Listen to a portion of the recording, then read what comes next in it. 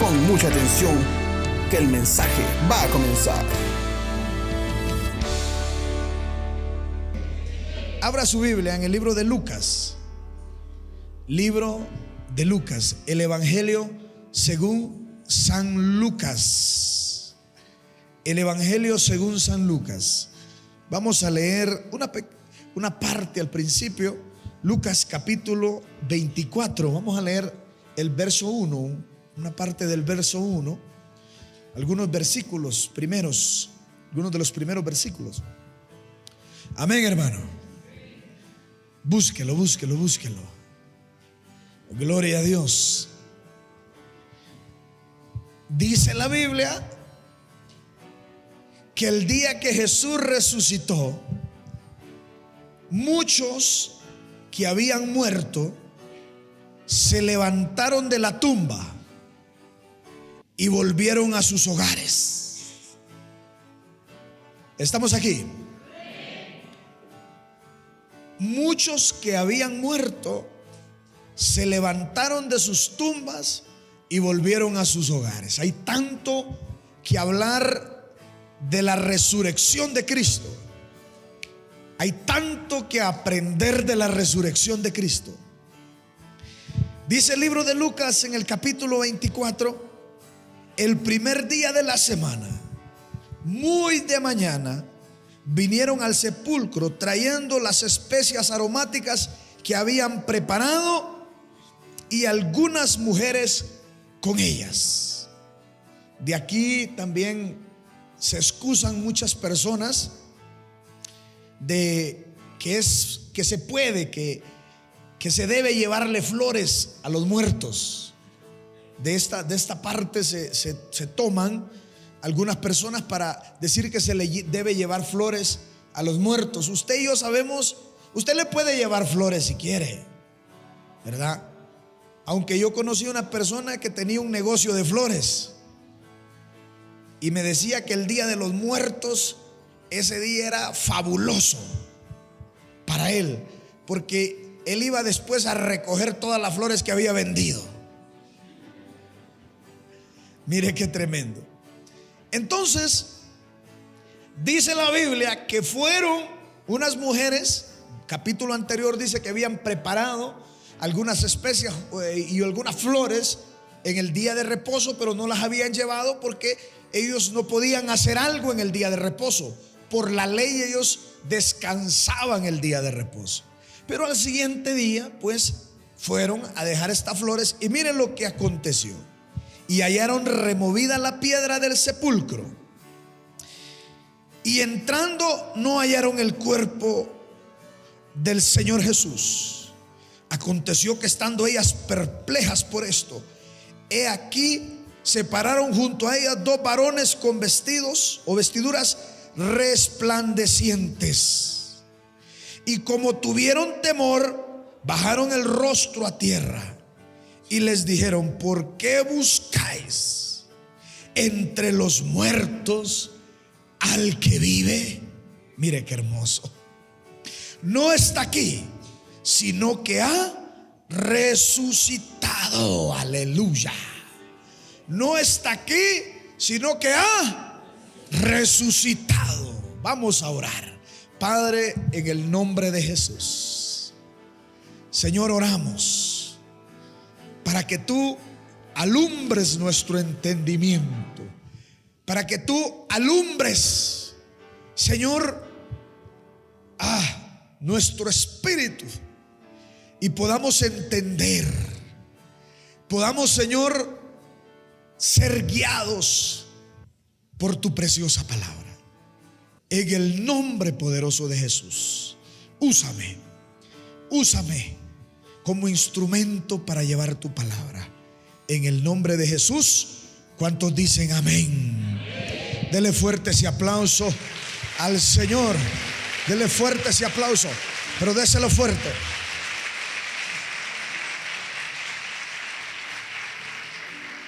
Mire qué interesante. Dice la Biblia que en el huerto del Edén la serpiente era astuta y engañó a la mujer. Amén.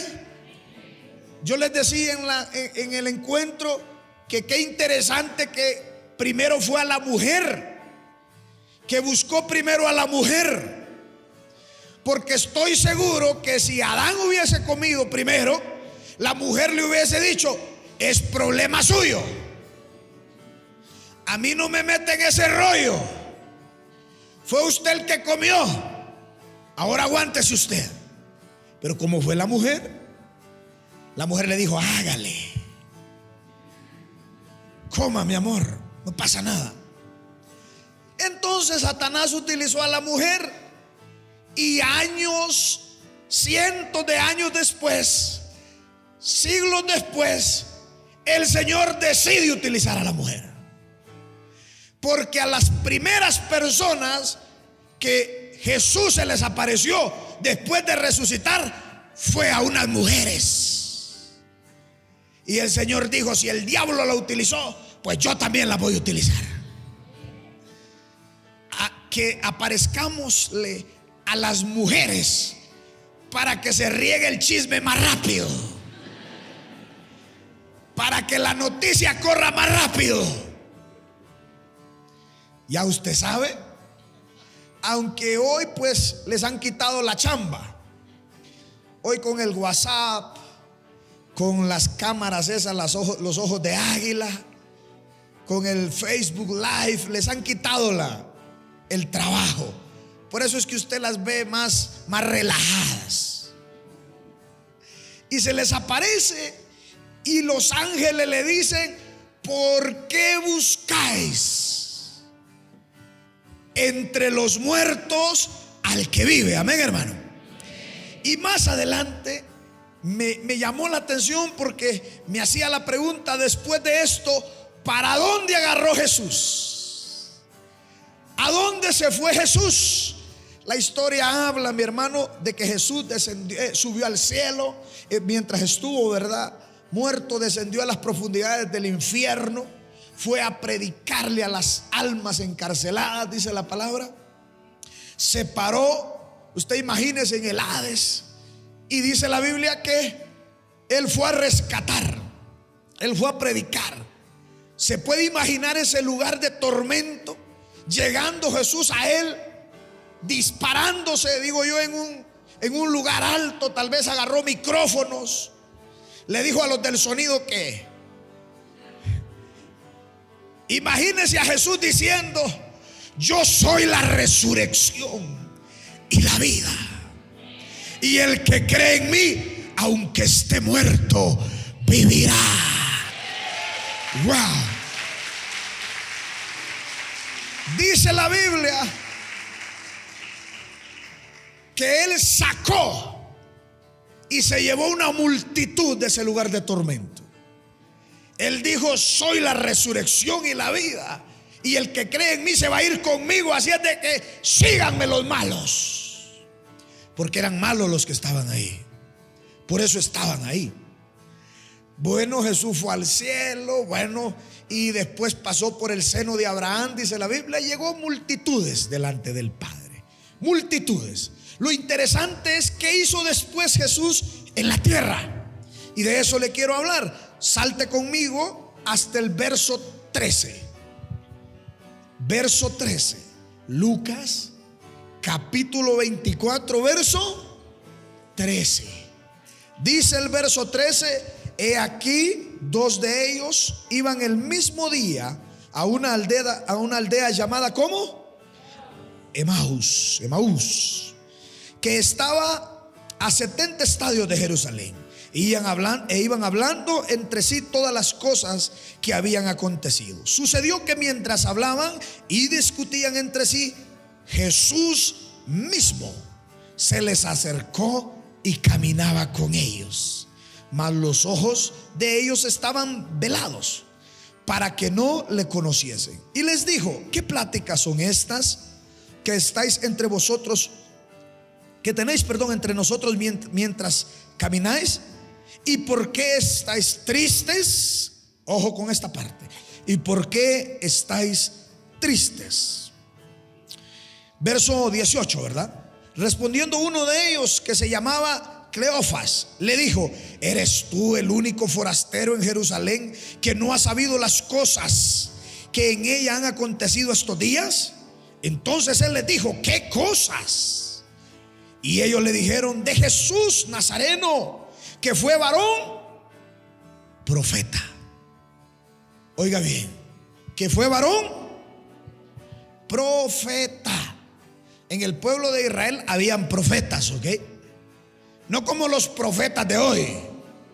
Estos de hoy son projetas. No sé si entiende, ¿verdad? Pero se cree que estas dos personas, que estos dos caminantes, eran parte de los más de 500 discípulos que seguían a Jesús. Escuche muy bien esto. Estas personas se creen que eran parte de los más de 500 personas o 500 discípulos que seguían a Jesucristo. Jesucristo tenía 12 apóstoles, pero tenía más de 500 discípulos. Amén, hermano. Pero estos dicen: ¿no has escuchado de aquel varón que era un gran profeta, poderoso en obra y en palabra delante de Dios y delante de todo el pueblo? Y como le entregaron los principales sacerdotes y nuestros gobernantes a sentencia de muerte, y le crucificaron. Pero nosotros esperábamos que él era el que había de redimir a Israel. Y ahora, además de todo esto, hoy ya es el tercer día que esto ha acontecido. Aunque también nos han asombrado unas mujeres. Ahí andaban haciendo su trabajo, mire. De entre nosotros, las que antes del día fueron al sepulcro, y como no hallaron su cuerpo, vinieron, ve cómo le digo, vinieron diciendo que también habían visto visión de ángeles, quienes dijeron que él vive. Y fueron algunos de los nuestros al sepulcro, y hallaron así como las mujeres habían dicho, pero a él no le vieron. Entonces él les dijo: oh insensatos y tardos de corazón para creer todo lo que los profetas han dicho. ¿No era necesario que el Cristo padeciera estas cosas? Repito, no era necesario que el Cristo padeciera estas cosas y que entrara en su gloria. Y comenzando desde Moisés y siguiendo por los profetas, les declaraba todas las escrituras lo que de él decían. Llegaron a la aldea donde iban, y él hizo como que iba más lejos, mas ellos le obligaron a quedarse, diciendo: quédate con nosotros, porque se hace tarde y el día ya ha declinado. Entró pues, y quedándose con ellos, ¿ok? Y aconteció que estando sentado con ellos a la mesa, tomó pan y lo bendijo y lo partió y les dio. Entonces le fueron abiertos los ojos y le reconocieron, mas él se desapareció de su vista. Amén, hermano. Mire qué interesante relato. Este camino a Emaús se le conoce como el camino de la desesperanza.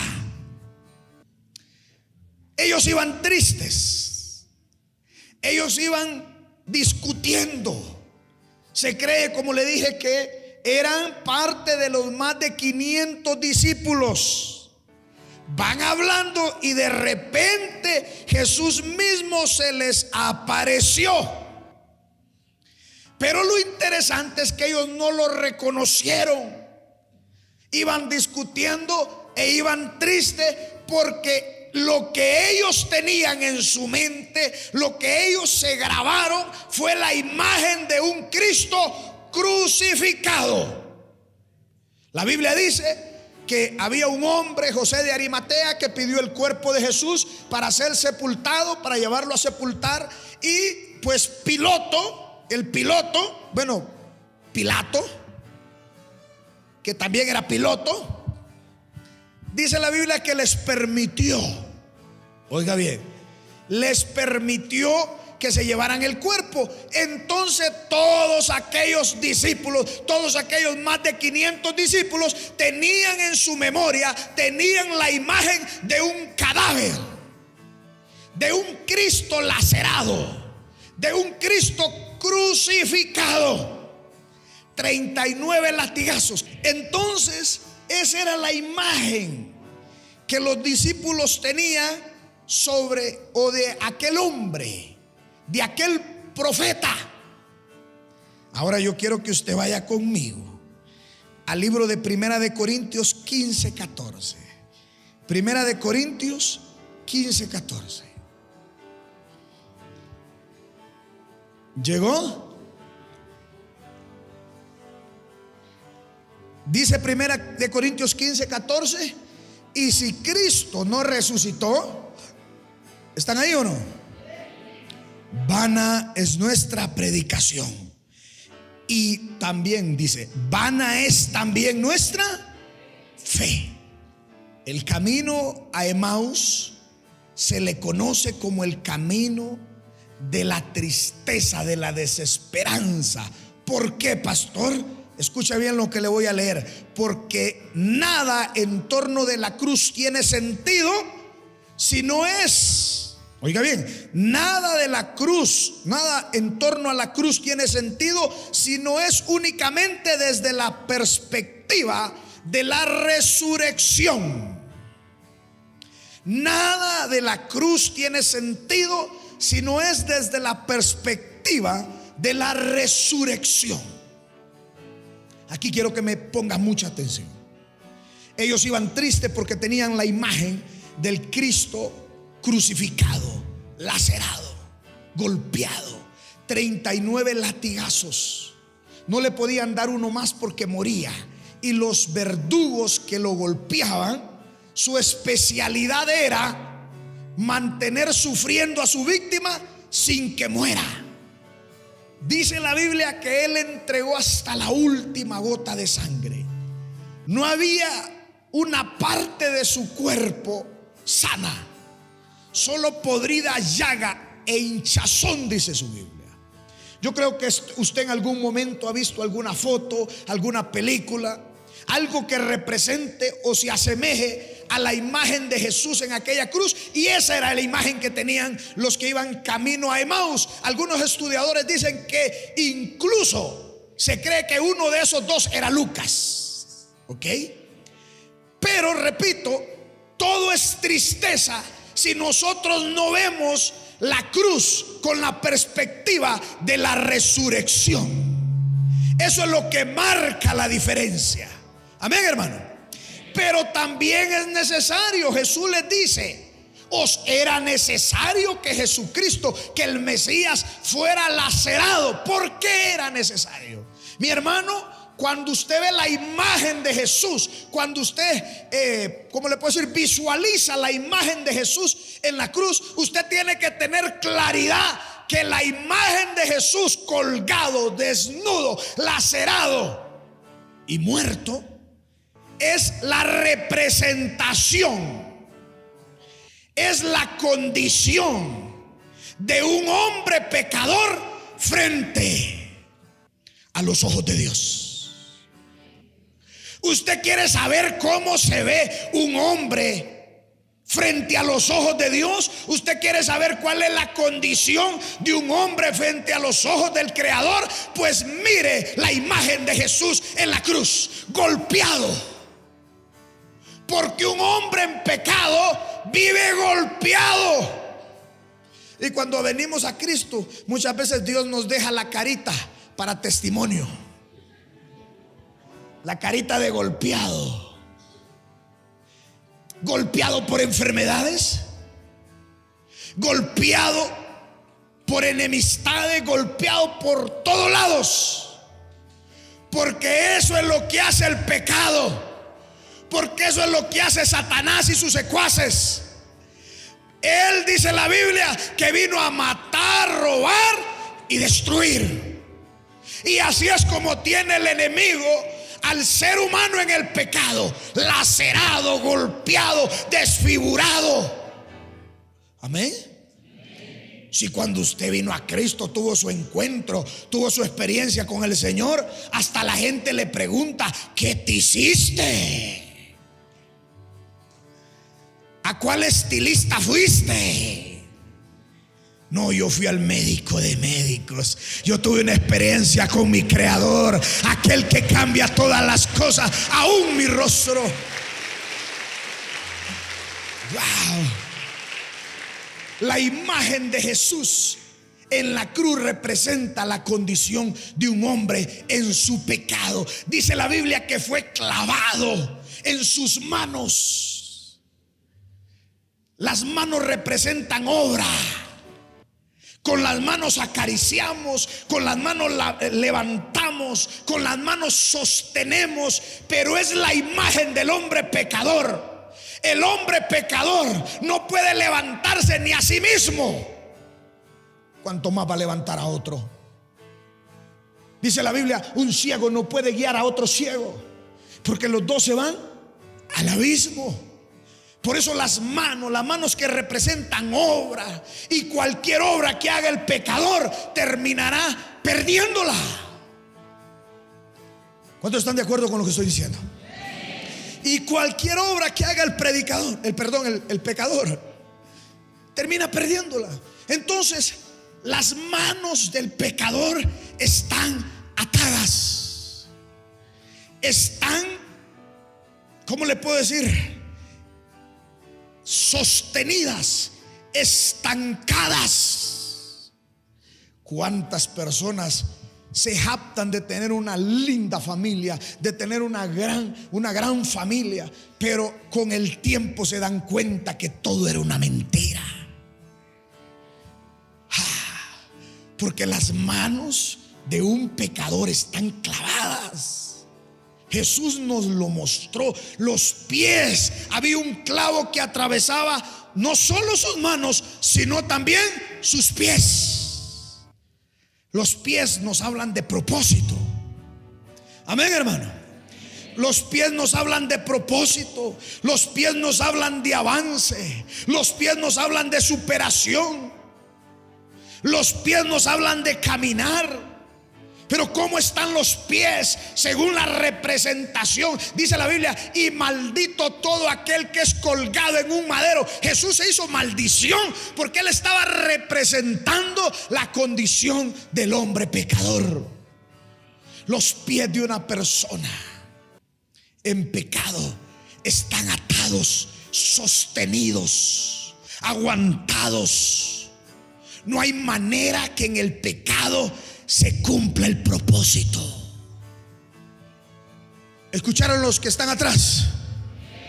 No hay manera que un hombre en pecado llegue a cumplir su propósito. Pero a mí me encanta, porque Jesús es el Cordero de Dios. Dijo Juan el Bautista: he ahí el Cordero de Dios que quita el pecado del mundo. Él es el que tomó nuestro lugar. Él nos representó a nosotros en esa cruz. Dice la Biblia que cuando el soldado lo traspasó con aquella lanza, salió agua y sangre. Wow, eso es símbolo de que todas sus entrañas se explotaron, de que su corazón se explotó por morir por asfixia. Mi hermano, esa es la condición del corazón de una persona que vive en pecado. Destrozado. Porque en el pecado hay mentira, y la mentira destroza el corazón.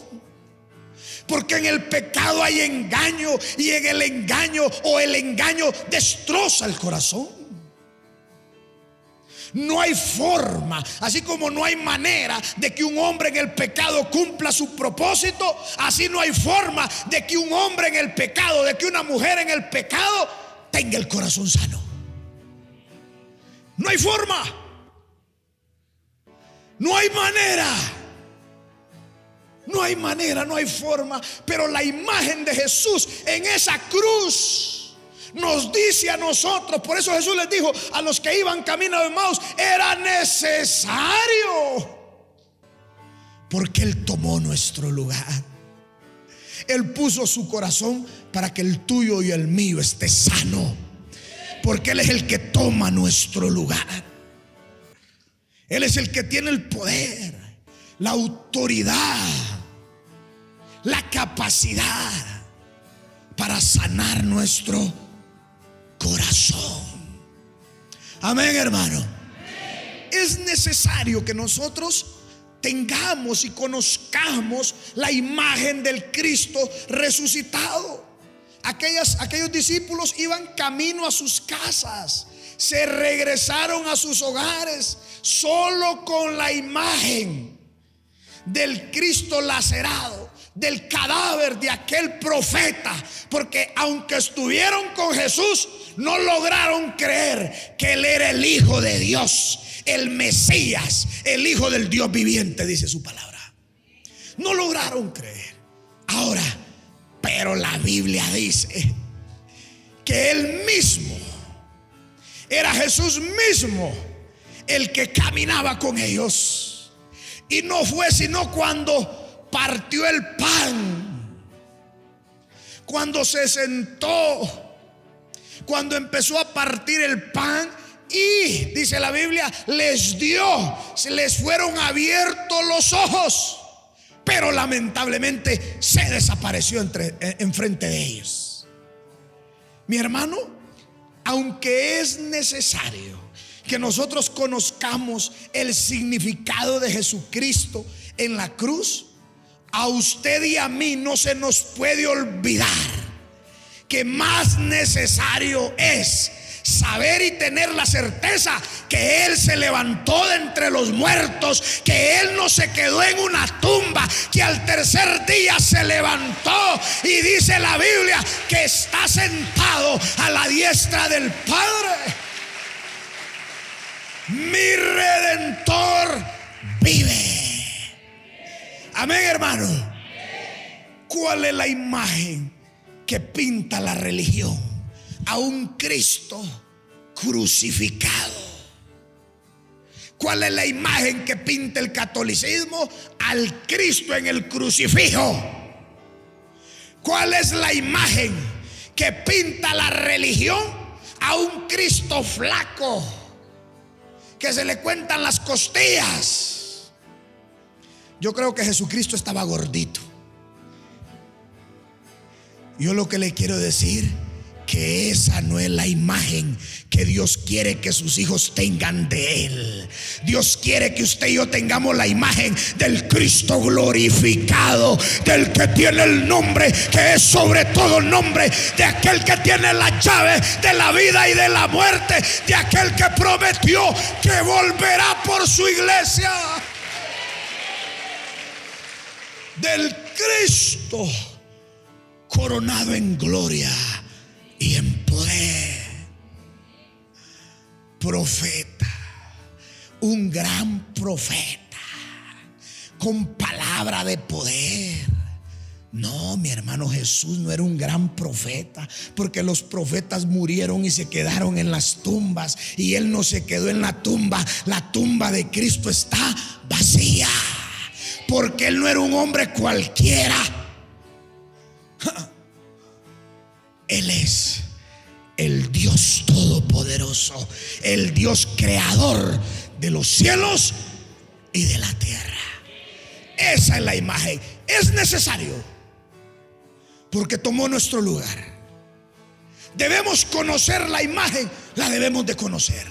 Debemos de saber el significado, lo debemos de saber. Debemos darle gloria porque fue a la cruz, debemos de darle gloria. Pero si Cristo no hubiese resucitado, entonces vana hubiese sido nuestra fe. Él no está muerto, Él vive. Y Él prometió que intercedería por nosotros todos los días.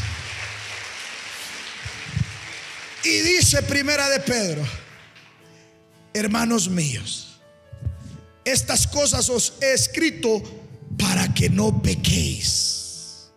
Pero si alguno de vosotros pecare, tranquilo, abogado tenés en el cielo para con el Padre, a Jesucristo el hombre. Aleluya. Él no está en la tumba, Él no está en la cruz, Él está a la diestra de Dios Padre, intercediendo por nosotros. Gracias por acompañarnos un día más. Te esperamos la próxima semana.